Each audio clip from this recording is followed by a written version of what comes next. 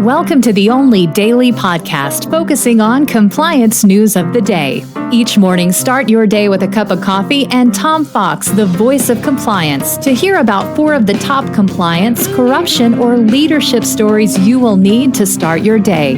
The Daily Compliance News is a production of the Compliance Podcast Network.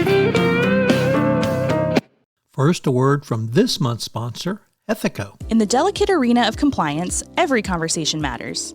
Traditional methods can leave callers feeling unheard, but Ethico changes the game. Our empathetic interview technique reshapes compliance calls into powerful, compassionate interactions, ensuring no crucial detail is missed. It's about creating a conversation that matters, that resonates, that makes a difference.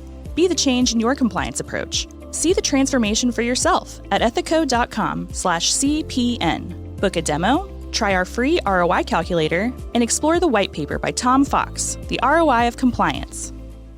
The Daily Compliance News for March 7, 2024, the Forced Labor Slows Porsche edition.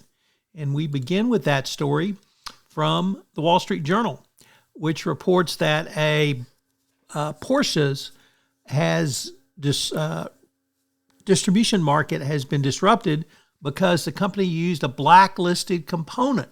A transformer from China recently supplier banned over links to forced labor is delaying imports of Porsche and other luxury cars into the United States.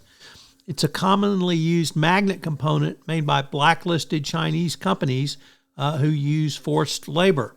The tiny part was made by a company which was added to the blacklist by the U.S. Homeland Department. So the forced labor issue reaches the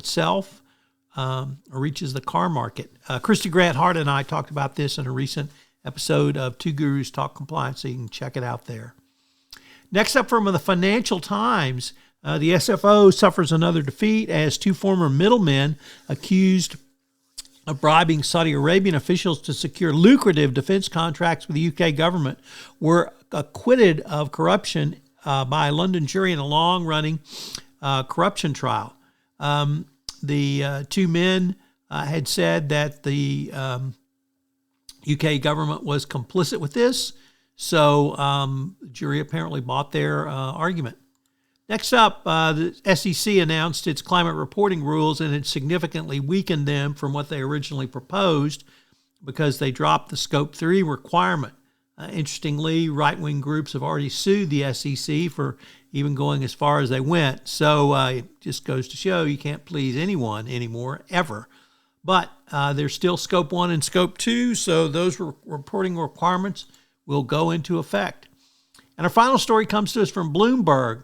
There's a delicious trial going on around the music industry and some handwritten lyrics to Hotel California, where Don Henley led a suit to get them back. Well, he had his suit thrown out of court today for trial or discovery abuse and manipulating the prosecutor's office into bringing these charges. As a recovering trial lawyer, can I emphasize how damaging this is?